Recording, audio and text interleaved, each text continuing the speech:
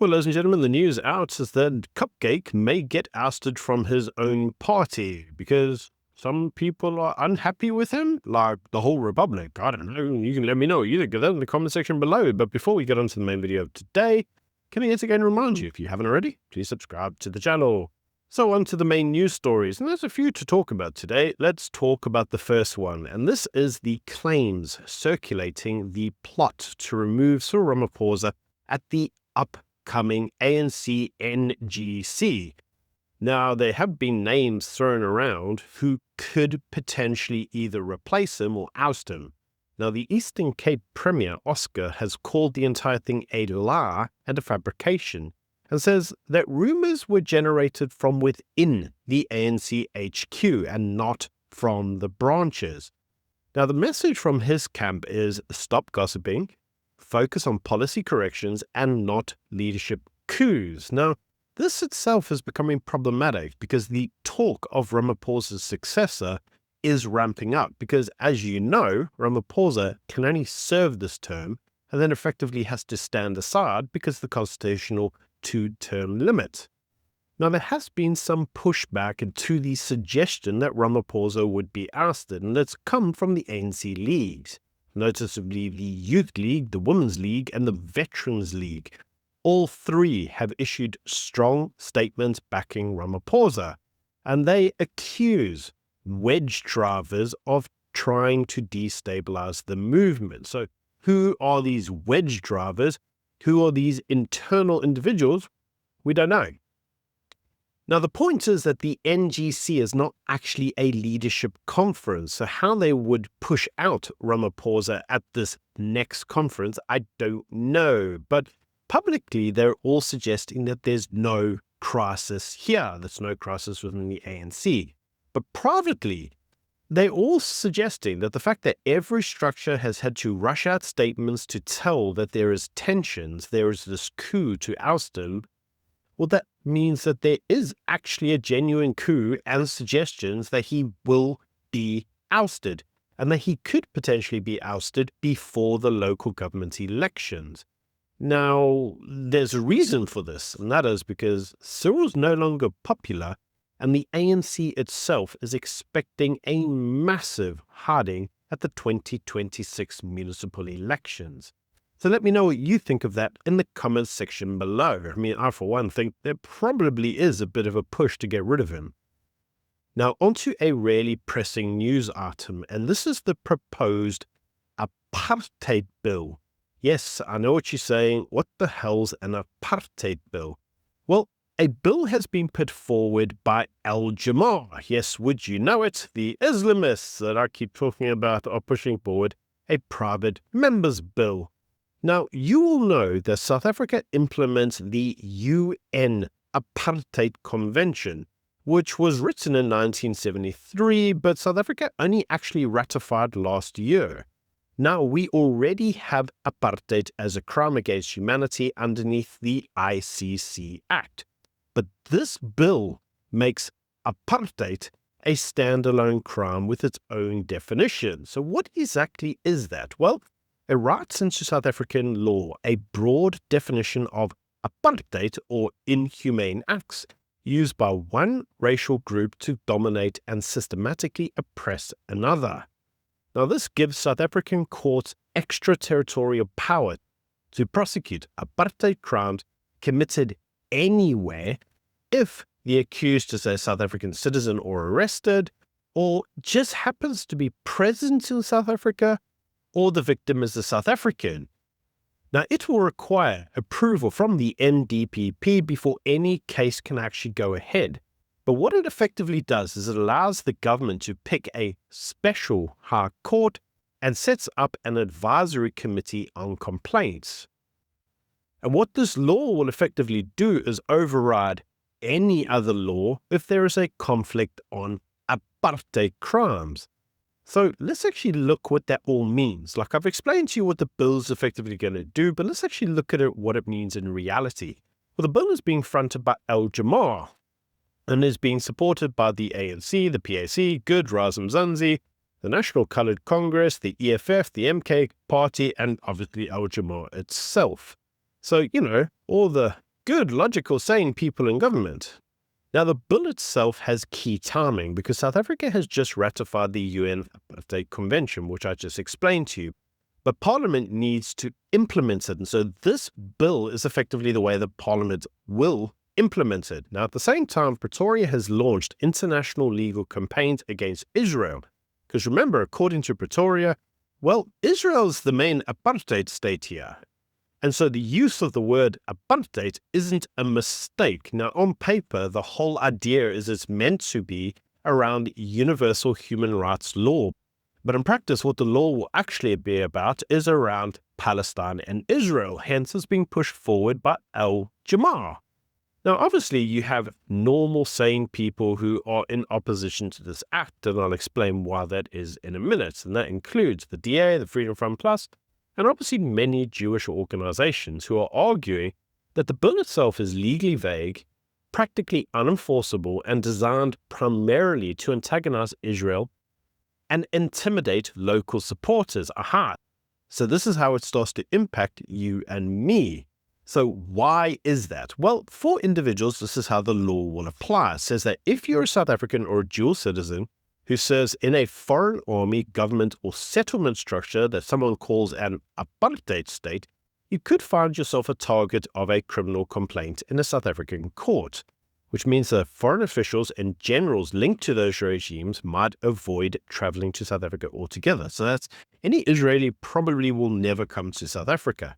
Now, what that also means is that if you make aliyah to Israel and serve in, well, just live there or serve in their army, you're probably going to be subject to a crime underneath the apartheid rule. So I hear you say, well, who cares? Well, South African companies doing business with Israeli firms, settlement projects, or security agencies could also be accused of aiding an apartheid state. Now, universities and NGOs with deep institutional links could also come under pressure.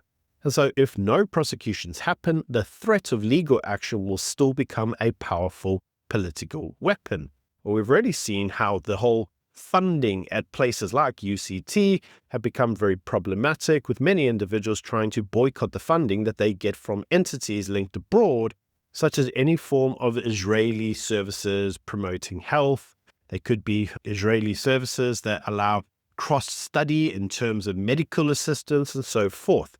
But you see, this is where it really starts to become insidious, because even for South African Jews, if the legal threshold is really high, which we expect it probably will, because we love to see how they broaden the definition of Israel, well, this means that intense political rhetoric means that any South African Jew may feel like just by supporting Israel, so anything that I say that might be support of Israel, which includes even forms of advocacy and travel to Israel, which, as we know, there have been some political parties that have gone there.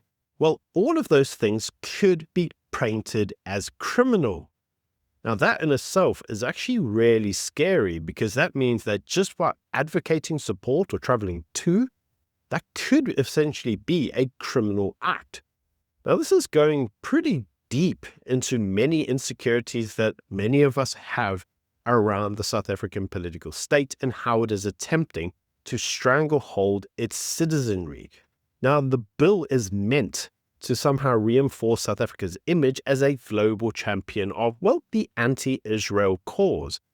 And this is going to be problematic to Western states, because we've already seen how that positioning has made us very unfavorable in the eyes of parties such as the US. Now, the reality on the ground is that the NDPP will have to sign off every single case, and given the NPA's track record, the likelihood of them being able to run these complex international apartheid trials, very unlikely. But that in itself becomes problematic, because it means that lawfare will essentially become political theater. Again, highly problematic. Now, the whole idea is meant to be that the bill is a moral step towards global justice, but what it is going to be is a political weapon used by certain entities or certain parts of the state to target individuals they don't like. Now, I hear you. You're probably saying, well, What does that actually mean? Well, let me give you an example. The Kifness is currently being boycotted in certain areas of the country because he's what he describes as, well, pro-Israel. And that means that many pro-Palestinian groups say he should be boycotted from wherever he's playing. In fact, they recently tried to do a whole demonstration against him, to which a whole 3 people turned up. Now, these individuals, whilst they tried to boycott him, his support of a foreign state now could mean that he could be subject to a criminal complaint. That's really problematic, and it's a slippery slope, because if it starts off with Israel, where does it end? Does it end with us saying we support America? And because we support America, that's an apartheid state? I mean, there are those in government that try to allege that America is an apartheid state. I mean, they throw the words apartheid state around like it's going out of fashion. This is problematic. And if you yourself think this is problematic, you should probably head over to Dear SA. You can see the link to the campaign in the comment section below and leave a comment to say you are worried about this law being used to prosecute those who you don't agree with. In other words, it's going to be used for lawfare. Link in description box below. So let's move on to some other topics. Well, the first news topic is actually, as we mentioned it, let's talk about Donald Trump. Because Donald Trump is looking to reshape the G20, and what he's effectively done is he's removing South Africa's position from the G20 entirely, and he suggests that he would like Poland to take South Africa's place. Now, the new G20, according to the website, which is now bare bones, will focus on a slightly different campaign to what South Africa wanted to, because what he wants to do is he wants to focus on deregulation, fossil-friendly energy policies, and back to growth first, climate last policies. Now, this contrasts with South Africa's G20 agenda, which try to talk about renewables and energy efficiency and how we should all have a global regulated place where we can all just have this globalist bull rubbish, which unfortunately every country but the US actually signed off at the end of this. So Donald Trump is now trying to bypass the normal G20 diplomatic coordination. And effectively, the idea behind this is that it could effectively weaken the rules-based trade and climate cooperation. And to be frank, I'm not sure I really like to see that globalist cooperation anymore.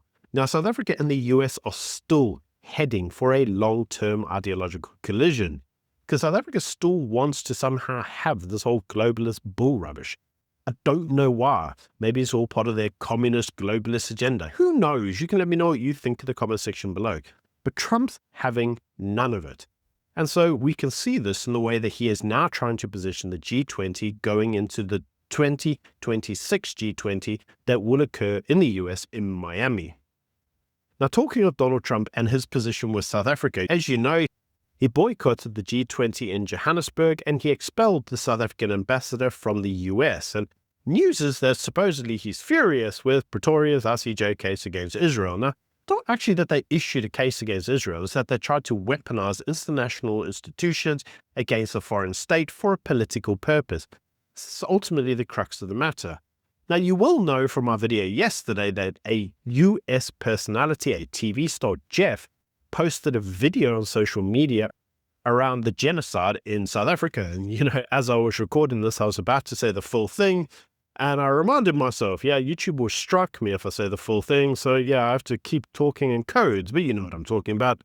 Well, you'll recall that he actually filmed himself at what's called the White Cross Memorial, which is a private symbolic site, not an official death record area, but it's meant to be symbolic of the amount of individuals that have died.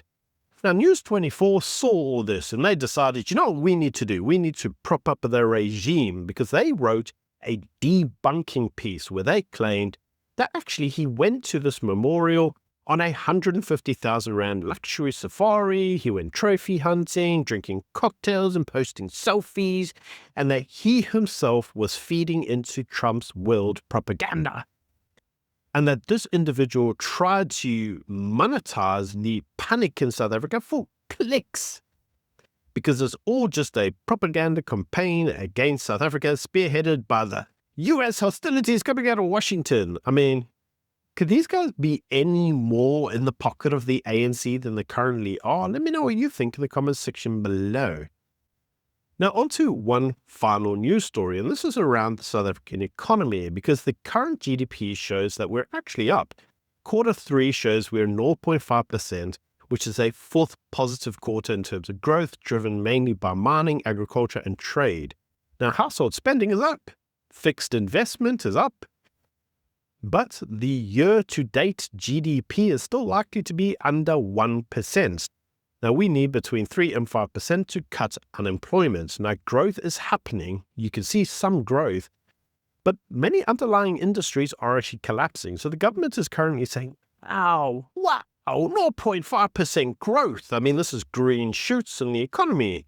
Sources are quite a bit at the moment, but you have to look at the brutal reality. It's just before Christmas, right? And we've got Glencore is shutting 2 of its chrome smelters in January. Now, retrenchments and voluntary severances are currently underway, with 2,500 jobs being lost. And unions are warning of a work bloodbath. And why is it? Well, it's actually because of the Eskom tariffs that have gone up 900% since 2005. Thank you, government, for your monopoly. So what's the actual domino effect? Well, the smelters will go under, steel will go under, mining will be affected, automotive industries will be affected, and ultimately just logistics will be affected. So tens of thousands of jobs at risk. So here we are celebrating. Wow, great. Look at this big win, 0.5%. Now, it's not all bad news, because one of the actual industries in South Africa that are suffering is around Transnet. That's the trains. Well, the news out is that a private operator has announced 3.4 billion rands worth of investments in South Africa. And this is in the form of locomotives and wagons, which should create an additional 662 jobs in South Africa. So where are these all coming from? Well, actually New Zealand, because we are buying 46 locomotives from New Zealand and refurbishing them in South Africa. We are then expecting a 5% on national rail capacity renewal. So basically game-changing, but it is the first serious private capital injection into Transnet's reform regime. Amazing. But what it does show you is that private companies are now having to stand in and do the jobs that the state cannot do. And this could become a blueprint for any future freight recovery. Final news article, then we're done. Right, it's actually around NHI, because you will note from the budget this year that the health minister moron tried to get rid of the medical tax credit, and then Treasury said, this is actually an attack on the middle class and we don't support it, you didn't consult us. Well, Minister Moron still says that the NHI Act explicitly envisages removing medical aid tax credits to the tune of 33 billion to fund NHI. Now, as I said, Treasury doesn't want to do this. They said the tax base in South Africa desperately relies on it. Now, the industry is warning that between 430,000 people and 690,000 people could just drop their medical aid or downgrade sharply if the tax credits are removed, and that the public health sector cannot absorb this influx.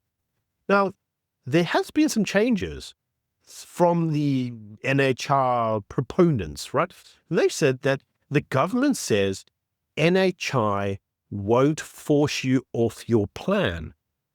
But you see, Section 33 says that medical aids will not cover services already covered by the NHI. So they're already saying, oh, but you can keep your medical aid plan. We're not changing it at all. But that's not what the Act says. The actual Act says you're going to lose your medical aid schemes for all services covered by the NHI. So they're going to force you into the public arena. This government is retarded and doesn't know what their own acts say. But they want to take your money from you to fund their own vanity campaigns. Like, this is the government we have, ladies and gentlemen. South Africa on retardation. Anyway, that's the news of today. Let me know what you think in the comment section below. And until next time, bye.